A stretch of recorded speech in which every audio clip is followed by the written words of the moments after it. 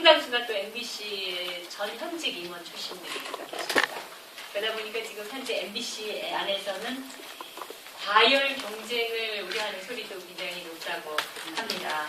이제 갑작스럽게 김재철 사장이 퇴임을 하게 된 거나 마찬가지이기 때문에 이 친 김재철 사장 쪽에 있던 분들은 뭐 벼락 맞았다 뭐 이런 얘기도 있고 준비가 안 된 상태다 이런 얘기를 하면서 공모라고 하니까 이제 우리 측에서도 좀 내보내야 되는 거 아니냐 이렇게 해서 내보내고 또 김재철 사장 쪽은 뭐 당연히 지금 이번 기회에 MBC 경영권을 갖겠다 이렇게 얘기를 하고 있는 것 같고요. 그러다 보니까 서로 다른 후보들에 대한 마타도어와 비방 이런 게 뭐 대단하다고 얘기를 합니다. 그러니까 어떤 후보는 뭐 노조하고 벌써 손을 잡았다는 말도 들고 또 어떤 분들은 또 박문진 이사들이 전화를 아예 꺼놓고 있다. 하도 전화들이 많이 와서 이런 얘기도 있고 좀 치열하게 지금 물밑에서 돌아가고 있는 것 같습니다. 근데 이 와중에 또 노조는 아무런 이 사장 선임에 대한 가이드라인을 말하고 있지 않습니다. 그래서 저는 여기 우리 주최 측과 마찬가지로 어떻게 사장을 선임하느냐가 정말 중요하다. 누가 되느냐도 중요하지만 어떻게 뽑느냐가 향후 또 다른 이 MBC 파업 사태라든지 노조의 그 여러 가지 문제들 또 이 사회 혼란을 막기 위해서라도 공정하고 투명한 방법으로 사장을 선임하는 것이 대단히 중요할 거다 이렇게 생각이 듭니다. 2년 전에도 이런 토론회가 있었죠. 그래서 그때도 MBC 정상화, 안정화를 위한 10개 대책이 소개가 됐었는데 무의로 끝났었는데 이번에는 김재철 사장과 노조 파업해서 여러분 다 잘 아시겠지만 재작년이나 그 전해보다도 훨씬 더 절실한 과제가 된 것이 아닌가 그런 생각이 듭니다. MBC 같은 거대한 사회 자원, 공중파 방송이 더 이상 표류하지 않기 위해서 저보고 요새 여자 변희재라고 사람들이 다들 그러고 있는데 저는 영광이라고 생각하는데 기분 나쁘신가요? 네, 이상로 MBC 공정방송 노조위원장님도 말씀 이제 하실 텐데요. 사면 공무원 지원하신다는 말씀이 있는데 사실이신가요? 좀 도와드리고 싶죠. 네, 정확한 얘기를 안 하시네요. 네. 토론은 오늘 이 박성현 뉴델리 주필이시 있고 또 두두리 대표께서 해주시겠습니다. 네, 감사합니다. 정수채 아까 소개해주신 MBC 공정방송 노조 위원장이시고 전 MBC 프로덕션 이사를 또 역임하셨습니다. 네, 오늘 토론으로 수고 부탁드리겠습니다. 그럼 지금부터 공영방송 박수 한번 치고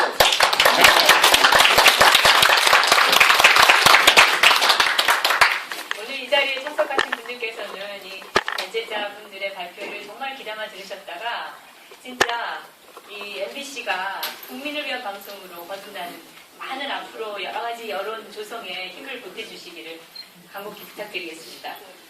그럼 지금부터 공영방송 정상화 국민행동이 시작하는 MBC 사장선임 TV 공청회 촉구 세미나를 시작하도록 하겠습니다. 첫 번째 발제자 미디어워치 변희재 대표께서 MBC 10대 개혁 과제에 대해서 발표하시겠습니다. 네, 안녕하십니까. 미디어워치 변희재 대표입니다. 지금 제 발제문이 이렇게 두 개로 나눠져 있는데요. 첫 번째 거는 2010년, 2011년 두 번에 걸친 대형 선임 때 저희 MBC 공영방송 정상화 국민행동에서 사장 선임 TV 공청회, 생중계 공청회를 요청을 했는데 그것이 왜 안 받아들여졌는지 그걸 제가 정리한 거이고 두 번째는 손쉽게 할 수 있는 MBC 개혁 10대 과제를 그 두 가지를 좀 짚어서 말씀드리겠습니다. 제가 MBC만 생각하면 막 뒷골이 확 당기는데 다른 문제가 아닙니다. 이건 정부 노조하고 싸우는 문제가 아니고 그런 싸움은 하루에 24시간 동안 싸워도 스트레스를 안 받는데 이 MBC 건은 임명권자인 정부와 박문진이라는 MBC 경영을 맡은 저희 이른바 애국단체에서 활동하는 인물들이 지금 들어가 있습니다. 현재 MB정권 때 들어가서 좀 아직까지 있는데 이 정부와 이 박문진과의 저희 애국세력의 관계가 안 되는 겁니다. 우리가 아무리 옳은 말을 해도 정부와 박문진에서 계속 무시를 해버리니까 이 스트레스가 지금 짜증난다는 거죠. 노조하고 싸우는 문제가 아니라는 말입니다. 지금 이게 2010년, 2011년에 우리가 겪은 일인데, 첫 번째 저희가 2010년도 사장 선임 때 내부에서 지금 있는 이제 아까 뭐 여러 교수분들이 하고 뭐 여기 계신 위원장들하고 논의해서 MBC를 개혁을 하려면 사전에 사장으로 취임하는 사람이 국민들에게 MBC 상황을 정확히 설명하고 이러이런 문제 때문에 내가 MBC를 개혁을 하겠다. 국민들 도와달라. 이런 약속과 다짐을 하고 들어가야지만 MBC 개혁이 가능하다고 판단 내렸습니다. 왜냐하면 이미 1,700명의 직원 중 노조뿐이 아니고 이번에도 드러났지만은 국장급 간부들조차도 노조와 손을 잡고 야합하고 있는 상태이기 때문에 사장 한 명 들어가서 국장을 임명하고 본부장 임명해 봐야 노조와 내통하니까 할 수가 없는 겁니다. 이건 모든 것을 오픈을 시켜서 가지 않으면 개혁이 불가능하다는 판단했다는 거죠. 실제로 이번에 김재철 사장이 해임된 그날에 김재철 사장 본인이 임명한 국장급, 부장급들이 술자리에서 술 파티를 하면서 만세를 부는 동영상을 자기들 페이스북에다 올려놨습니다. 김재철 사장이 그렇게 뒤통수를 맞은 거예요. 즉 MBC는 저렇게 김재철 사장식으로 대충 노조에게 잘해주고 야합해가지고는 안 되고 모든 걸 국민들한테 다 알려야 됩니다. MBC가 어떤 지금 상황인지를. 그래서 국민들의 도움을 받아서 개혁할 수밖에 없다. 그래서 저희가 TV생중계 공청회를 강하게 그 당시에 주장을 했던 겁니다. 그럼 이 TV생중계 공청회를 누가 가장 세게 반대했느냐? 노조와 야당 추천 이사들이 제일 세게 반대했어요. 놀랍게도. 그렇게 틈만 나면은 MBC의 정권의 낙하산 내려보면 안 된다고 그렇게 국민들에게 선동했던 그 노조 세력이 이 TV생중계 공청회를 가장 강하게 반대를 했습니다. 실제로 이건 기록으로 나와 있는데요. 2010년도 저희가 성명서에서 그거는 현재 지금 청와대 국민소통비서관실에 선임 행정관으로 있는 최용재 씨가 당시 강문진 이사여가지고 최용재 씨가 저희 의견을 들고 생중계 공청회를 하자고 제안했을 때 노조 쪽에서 있었던 한상혁 이사가 아주 강하게 반대를 했습니다. 그런 거 필요 없다. 그런 거 왜 하느냐. 그럼 노조는 왜 이 TV 생중계 공청회를 반대하느냐. MBC 사장 후보로만 5배수 정도 납득한다 그러면은 5배수 정도의 사장들이 뭐 대부분 좀 저희 생각하고 좀 비슷할 수밖에 없겠죠. 박문진 이 구성비를 봤을 때. 그러면 사장 후보들의 입으로 시청자들에게 MBC가 얼마나 처절하게 노조에 장악되어 있는지 이 상황을 사장들의 후보들의 입으로 알려주지 않습니까? 시청자들에게. 이게 가장 두려운 겁니다. 그래서 노조가 많은 거고 또 하나는 노조가 지금 제일 두려워하는 거는 공개적이고 투명한 절차로 개혁적인 사장이 들어오는 걸 제일 무서워하고 이것 때문에 공청을 막은 거죠. 실제로 2011년도 사장 선임 때는 뭐 우리는 그거 가지고 아주 강하게 노조 비판을 했는데 저희가 김재철 사장 퇴진을 주장했고요. 왜냐하면 김재철 사장은 이미 2010년도에 임명되자마자 노조 사무실 찾아가서 노조한테 90도 절을 하고 노조가 사장 출근을 막는다 해가지고 사장실에 출근을 한 3주 정도 못했어요.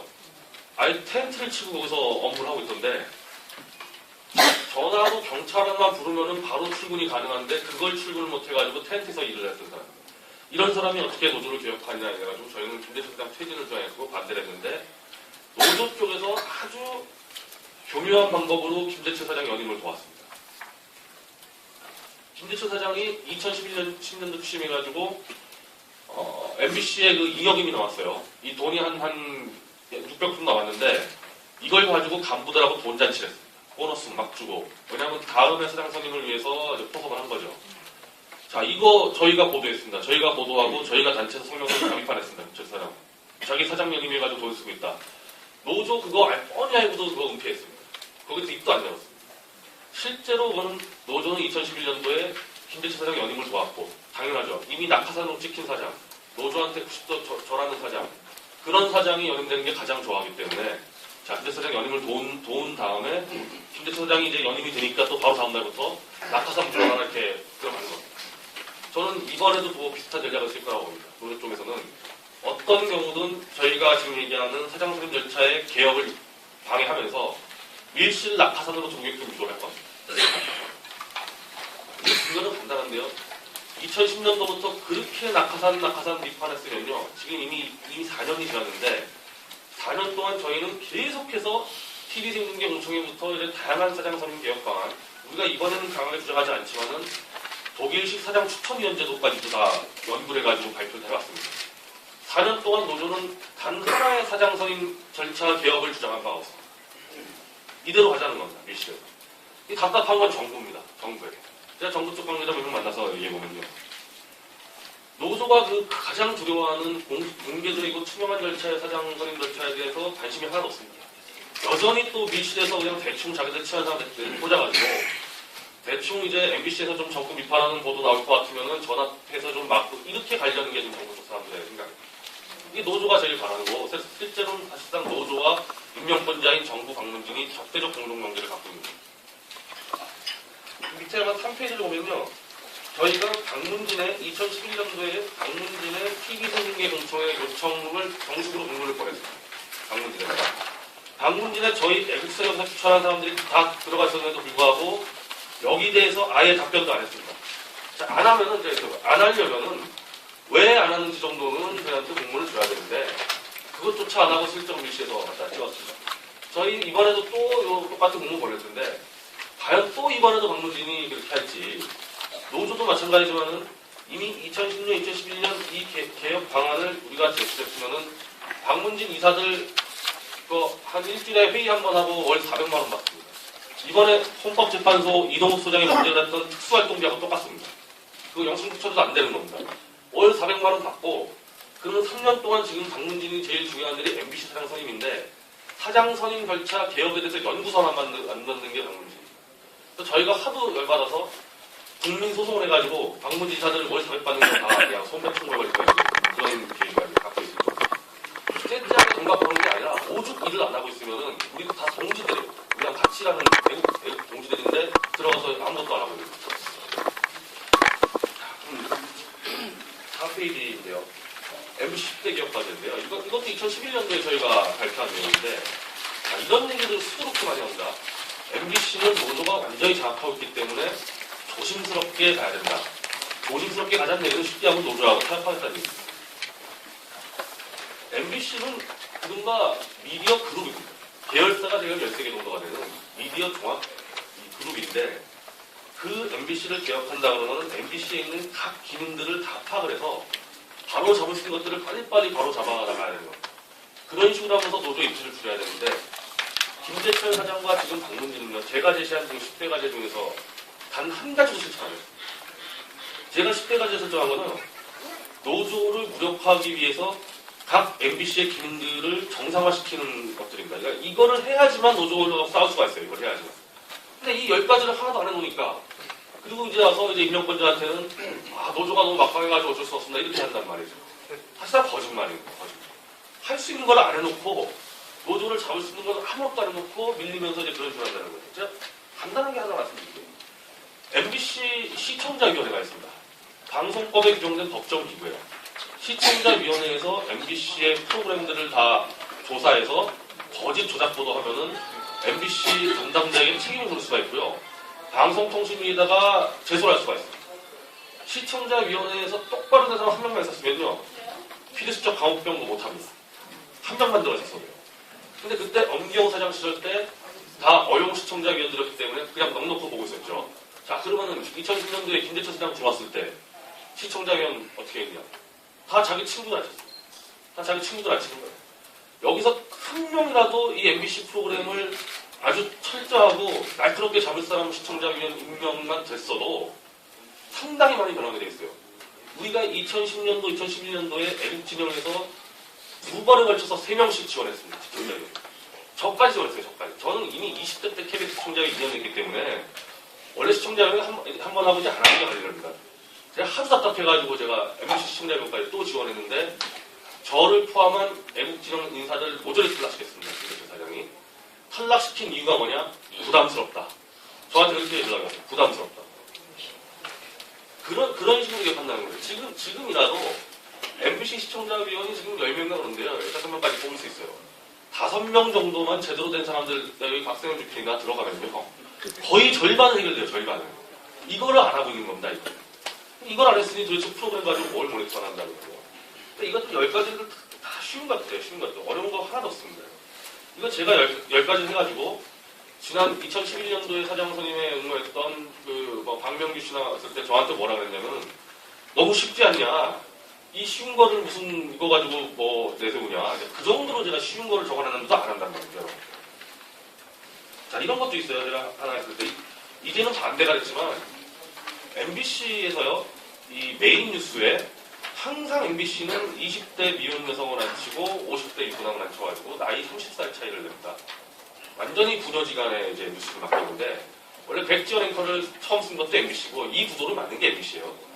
근데 이거는 시청률 사업주인데 MBC는 그렇게 해놓고 9시 뉴스의 여성 젊은 앵커를 항상 파업 투쟁의 최전방에 내세워서 마스코트로 해요. 김주아 그랬었죠. 박혜진 그랬었죠. 파업 때마다 같이 끌고 다녀요. 이제 여성 아나운서들을. 그러다가 이번에 배현진 앵커가 자기 뜻대로 안 나오니까 우리가 자기들이 당한 거 아닙니까?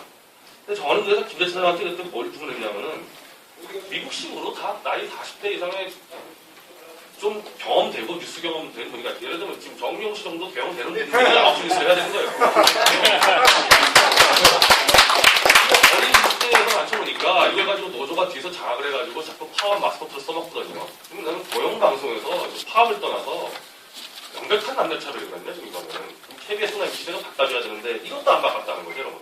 이런 것도 안 하고 있는 거고 뭐 포탈 문제요. 광우병 사건 때 그게 어떤 식으로 돌아갔냐면은 MBC가 보도를 하고 MBC와 포털 사이트 다음이 홍보 양각선을 맺어서 MBC의 거짓 조작 보도를 포털 다음이 다 터뜨렸습니다. 3개월 동안. 솔직히 PD 수첩도 몇 명이나 봅니까? 문제는 하루에 1000만 명이 들어오는 포털 사이트 메인에다가 계속 갖다 걸었기 때문인 건데 둘이서 계약서까지 맺었습니다. MBC가. 자, 그러면 MBC 어쨌든 사장이 바뀌었다. 뭐부터 처리해야 됩니까? 포털 사이트하고 MBC하고 관계를 정리해야 돼요. 다음하고. 이것도 안 했습니다. 이것도 안 하고 여전히 포털하고 같이 어울려 다니고 있습니다. 그러니까 한 가지도 안 했으니까 당연히 노조하고 싸움도 안 되는 거죠. 나중에 김대철 사장이 노조하고 싸운 것처럼 보이는 거는 김대철 사장이 노조하고 싸운 게 아니고 전국 언론 노조에서 이미 상급 노조 단체에서 지령을 내려서 총선 대선 앞두고 다 파업해라. MBC, KBS, YTN 등등이 다 파업했습니다. 연합뉴스 노조. 그 노조가 계속 파업을 했기 때문에 파업하는 과정에서 김대철 사장의 개인 비리가 드러났죠. 그냥 얻어 터진 겁니다. 일방적으로. 싸운 게 아니라. 일방적으로 얻어 터지고 있는 거를 노조하고 싸운다고 사실상 사기치고 다닌 겁니다. 이런 사장을 하시면 안 된다는 거죠. 근데 문제는 어떠한 인물보다도 제가 이제 결론 말씀드리면은 누가 되느냐는 것보다 어떻게 되느냐가 훨씬 중요합니다. 아까 말씀드린 대로 지금 저희 쪽에 애국수정에서 MB사장 할 만한 분들 많습니다. 정수치 위원장도 있고요. 박명규 씨도 기상위원장이 누가 들어가도 전 다 가능하다고 보는데 들어가는 방식이 정부하고 밀시에서 낙점받고 들어가가지고요. 어떤 뛰어난 인물이 들어가도 안 된다는 거죠. 개혁이. 무조건 사전에 TV에 나와서 MBC 문제들을 국내에 다 알리고 이러이러한 개혁 조치들을 취하겠다고 약속하고 들어가야지만 할 수가 있다는 거예요. 왜냐하면 밀시에서 딱 얘가 들어가면요. 이미 거기서 노조한테 약점을 잡혀가지고 MBC 노조는 사장 딱 임명되면요. 뒤에서 뒷조사 해가지고 약점 잡아가지고 바로 뒤에서 들어갑니다. 밀실로 들어가는 게 엄청난 약점이 되고요. 공개적으로 들어갈 타협을 안 한다는 거죠. 그리고 MBC는 사장이 딱 들어가면요. 사실은 믿을 사람 거의 없습니다. 김대철 사장도 배신당했듯이 국장급, 본부장급 임명할 사람이 별로 없습니다. 외부 세력과 같이 하지 않고는 개혁이 안 됩니다. 마지막으로 내가 KBS를 노무현 정권 때 정현주 사장이 어떻게 장악했는지를 우리가 벤치마킹할 필요가 있는데 원래 노무현 대통령의 언론 특보인 서동구 씨를 낙하산으로 찍었는데 이른바 민원연, 참여연대, 민변의 이른바 친노 외곽단체가 엄청나게 반발하면서 서동구 씨를 내보내고 자기들끼리 공개 공청회를 통해서 정현주 사장하고 3명을 우리랑 비슷하게 공청회를 통해서 검증을 하고 그 검증된 자료를 갖고 청와대와 KBS 이사에다가 추천을 들어갔습니다. 그래서 정현주 사장이 임명됐는데 정현주 사장이 그 절차를 가지고 나는 절대 낙하산이 아니다. 시민사회에서 사양식으로 올라왔다. 사실 그 논리에 대해서 우파 진영에서는 별로 할 말이 없습니다. 명백히 노무현 대통령이 찍어오른 인물을 친노 시민사회가 물리치고 사양식으로 올린 게 맞기 때문에 형식상으로 정현주 사장은 낙하산이 아닌 겁니다. 그래서 그 힘 가지고 KBS를 다 완전히 휘어잡은 겁니다. 우리 그거 그대로 해야 됩니다. 절대 청와대 나타나 꽂으면 안 되고 밑에서부터 공개적으로 사람을 공개적인 검증을 통해서 그 후보의 개혁성과 이른바 의지를 국민들이 스스로 검증해서 밑에서 안 쳐야 되는 겁니다. 밑에서 올려가지고. 그래서 그런 방식으로 하지 않으면 제가 볼 때는 어느 뛰어난 인물이 돼도 MBC 개혁이 어렵겠다. 그래서 저희는 지금 TV 등재 요청에 이른바 목숨을 걸고 있습니다.